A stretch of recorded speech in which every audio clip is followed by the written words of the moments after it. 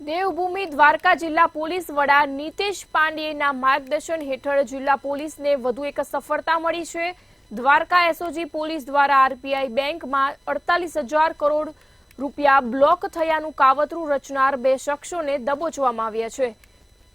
2400 કરોડનો ટેક્સ ભરવા માટે ફંડિંગ આપનાર સાથે મીટિંગ કરીને 15% રકમ લેખે રકમ આપવાની લાલચ આપી ઠગાઈનો પ્રયાસ કરવામાં આવ્યો હતો। સલાયા મરીન પોલીસ મથકમાં બંને શખ્સો વિરુદ્ધ બીએનએસની વિવિધ કલમ હેઠળ ગુનો નોંધી પોલીસે આગળની વધુ તપાસ હાથ ધરી છે। 10/12/2024 ચીટિંગ અને ફોર્જરીનો અલગ અલગ કલમો હેઠળ સલાયા પોસ્ટેમાં એક ગુનો દાખલ થયો હતો। એમાં અત્યાર સુધીના અમને 2 આરોપીને અટક કરી લીધું છે। એમાં એ લોકોએ આરબીઆઈના ખોટા દસ્તાવેજ ઊભા કરીને એવી રીતે એક સ્ટોરી બતાવતા હતા કે એ લોકોના 48,000 કરોડ જેવા જે રકમ છે બેંક એકાઉન્ટ આરબીઆઈ સીઝ કરી લીધું છે।